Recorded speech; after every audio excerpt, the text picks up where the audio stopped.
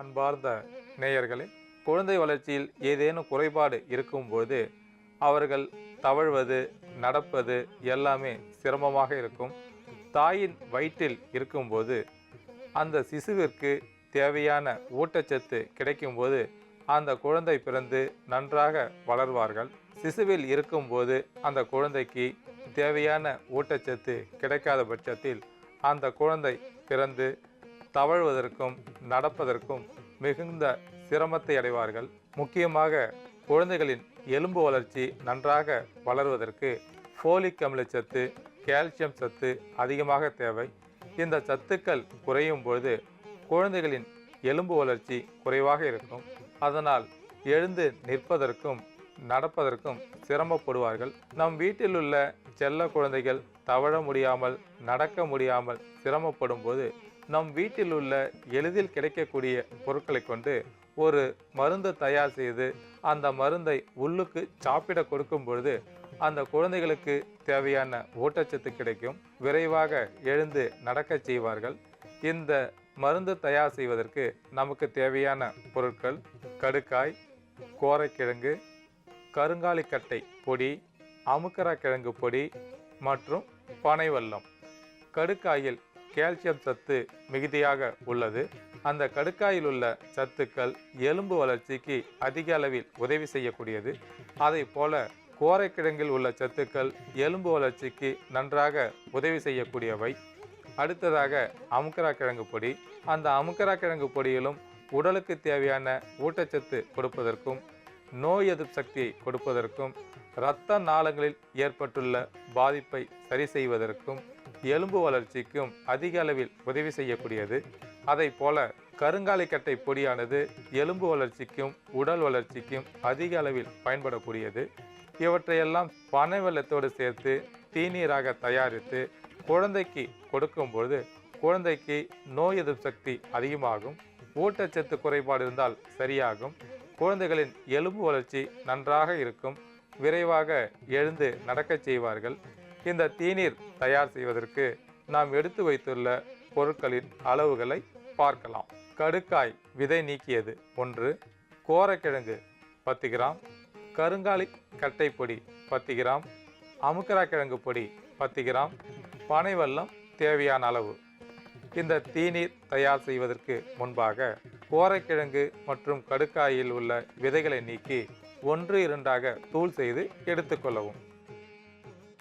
இப்பொழுது இந்த தீநீர் தயார் செய்வதற்கு முதலில் 200 மில்லி நீரை ஒரு பாத்திரத்தில் எடுத்து லேசாக சூடேற்றவும்.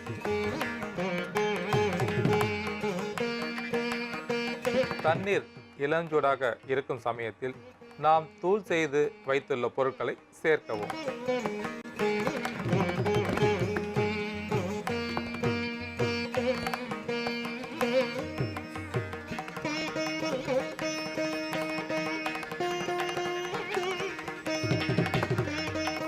ஒவ்வொரு நாளும் ஒரு நோயை பற்றி பார்த்து வருகிறோம்.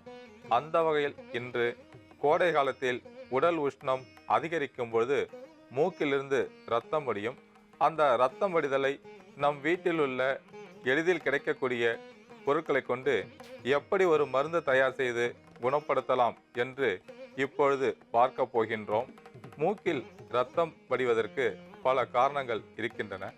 அதாவது இரவில் அதிக நேரம் கண் விழித்து வேலை செய்துவிட்டு பகலிலும் உறங்காமல் ஓய்வெடுக்காமல் இருக்கும் பட்சத்தில் தலைப்பகுதியானது அதிக சூடேறி மூக்கிலிருந்து இரத்தம் வடியும். தலை உஷ்ணம் அதிகரிக்கும் பொழுது தலைப்பகுதிக்கு செல்லக்கூடிய இரத்த ஓட்டத்தில் பாதிப்படையும். அந்த பாதிப்பினால் மூக்கிலிருந்து இரத்தம் வடிவதற்கு வாய்ப்புண்டு. அதிக காய்ச்சல் இருக்கும்போது உடல் உஷ்ணம் அதிகமாகும். அந்த உஷ்ணத்தின் காரணமாக சளி, இருமல், தும்மல் வருவதற்கு வாய்ப்புண்டு. அவ்வாறு இருக்கும்போது அதிகமாக இரும்பும்போது மூக்கிலிருந்து இரத்தம் வரும். அதை போல அதிக தும்மல் இருக்கும்போதும் மூக்கிலிருந்து இரத்தம் வருவதற்கு வாய்ப்புண்டு. கோடை காலத்தில் வியர்வை அதிகமாக சுரக்கும். சாதாரணமாக சுரக்கக்கூடிய வியர்வையை விட கோடை காலத்தில் 3 மடங்கு அதிகமாக வியர்வை சுரக்கும். அவ்வாறு வியர்வை சுரப்பதால் உடலில் உள்ள நீர்ச்சத்து படிப்படியாக குறையும். உடலில் நீர் பற்றாக்குறை ஏற்படும் பொழுது மூக்கிலிருந்து இரத்தம் வடிவதற்கு வாய்ப்புண்டு. அதாவது உடல் உஷ்ணம் அதிகமாகி உடலில் நீர்ச்சத்து குறைந்து அதன் காரணமாக தலைப்பகுதியானது அதிக சூடாகி மூக்கிலிருந்து இரத்தம் வடிவதற்கு வாய்ப்புண்டு. இது மட்டுமல்லாமல் மூக்கில் அடிபட்டாலும் மூக்கிலிருந்து இரத்தம் வடிவதற்கு வாய்ப்புண்டு. அதிக உஷ்ணத்தின் காரணமாக மூக்கிலிருந்து இரத்தம் வடியும் போது தலைப்பகுதியில் குளிர்ச்சியான துணியை போடும்போது அந்த உஷ்ணம் படிப்படியாக குறையும். மூக்கிலிருந்து இரத்தம் வடிதலும் உடனே நிற்கும். நம் வீட்டில் உள்ள குளிர்சாதன பெட்டியில் இருக்கும் ஐஸ் கட்டியை ஒரு துணியில் முடிந்து தலைப்பகுதியில் வைக்கும் போது தலை உஷ்ணம் படிப்படியாக குறையும். அந்த மூக்கின் மீதும் அந்த ஐஸ் கட்டியை வைத்து ஒத்தடம் கொடுக்கும்போது குளிர்ச்சி அடைந்து மூக்கிலிருந்து இரத்தம் வடிதல் உடனடியாக நிற்கும். மூக்கிலிருந்து இரத்தம் வடியும் போது நம் தலைப்பகுதியை மேல் நோக்கி வைத்தமாறு வைத்து கொள்ள வேண்டும். ஏனென்றால் கீழ் நோக்கி வைத்திருக்கும் போது இரத்தம் கசிந்து கொண்டே இருக்கும். அந்த இரத்தம் கசியாமல் இருப்பதற்கு தலைப்பகுதியை மேல் நோக்கி வைத்து கொண்டிருக்கும் போது அந்த இரத்தம் வடிதல் உடனடியாக நிற்கும். சிலர் மூக்கிலிருந்து இரத்தம் வந்துவிட்டால் உடனடியாக மருத்துவமனைக்கு சென்று சிகிச்சை எடுப்பார்கள். முதலில் தலைப்பகுதியை நம் வீட்டில் இருந்தபடியே மேல் நோக்கி சிறிது நேரம் வைத்திருக்கும் போது அந்த இரத்தம் வடிதல் உடனடியாக நிற்கும். அப்படியும் அந்த இரத்தமானது மூக்கிலிருந்து வடிந்து கொண்டே இருந்தால் மருத்துவமனைக்கு சென்று சிகிச்சை எடுக்கலாம். மூக்கிலிருந்து இரத்தம் வடிதலை போக்குவதற்கு நம் வீட்டில் உள்ள எளிதில் கிடைக்கக்கூடிய பொருட்களை கொண்டு ஒரு தேநீர் தயார் செய்து சாப்பிடும்போது உடல் குளிர்ச்சி அடையும். மூக்கிலிருந்து இரத்தம் வடிதல் உடனடியாக நிற்கும்.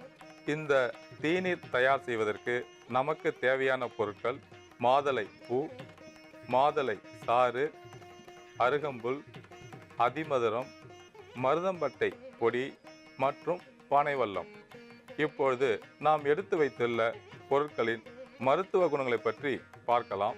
மாதுளை மரத்தில் உள்ள பூ, காய், இலை, வேர், பட்டை, பழம் அனைத்துமே உடலுக்கு தேவையான குளிர்ச்சியை கொடுக்கக்கூடிய விதத்தில் பயன்படக்கூடியது.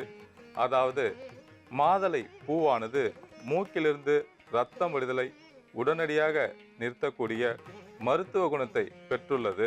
உடல் உஷ்ணம் அதிகரித்து மூக்கிலிருந்து இரத்தம் வடியும் போது நம் வீட்டில் உள்ள மாதுளம்பூ 2 எடுத்து, அருகம்புல் ஒரு பிடி எடுத்து, இரண்டையும் நன்றாக அரைத்து சாறு எடுத்து 2 தேக்கரண்டி அளவிற்கு சாப்பிட்டு கொண்டு வரும்போது உடல் உஷ்ணம் படிப்படியாக குறையும்.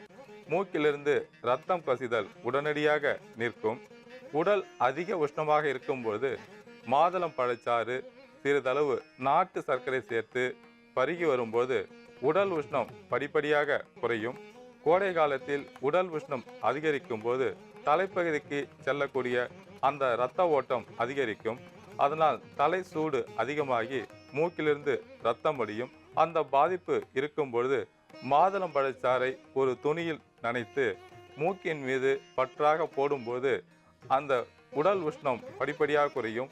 மூக்கிலிருந்து இரத்தம் வடிதலும் உடனடியாக நிற்கும். தலைவலி அதிகமாக இருக்கும்போது மாதுளம் பழச்சாறை ஒரு துணியில் நனைத்து நெற்றி பகுதியில் பற்று போடும்போது உஷ்ண தலைவலி உடனடியாக குறையும். அதே போல கண்களில் வலி, கட்டி இதுபோல பாதிப்புகள் இருக்கும்போது மாதுளம் பழச்சாறு 50 மில்லி, அருகம்புல் சாறு 50 மில்லி, இவை இரண்டையும் ஒன்றாக கலக்கி காலை மாலை 2 வேளையும் பருகி வரும்போது உடல் உஷ்ணம் குறையும். கண்களில் வரக்கூடிய பாதிப்பானது படிப்படியாக குறையும். கோடை காலத்தில் பெண்களுக்கு உடல் உஷ்ணம் அதிகரிக்கும் பொழுது வெள்ளைப்படுதல் நோய் வரக்கூடும். அந்த நோயை போக்குவதற்கு மாதுளம்பூ, மாதுளம் பழச்சாறு, மாதுள மரத்தின் பட்டை இவை அனைத்தையும் ஒன்றாக அரைத்து நெல்லிக்காய் அளவிற்கு காலை மாலை 2 வேளையும் சாப்பிட்டு கொண்டு வரும்பொழுது உடல் உஷ்ணம் படிப்படியாக குறையும். சிறுநீர் தாரையில் ஏதேனும் புண்கள் இருந்தால் அந்த புண்கள் விரைவாக ஆறும். அது மட்டுமல்லாமல் வெள்ளைப்படுதல் நோயை உடனடியாக தீர்க்கும்.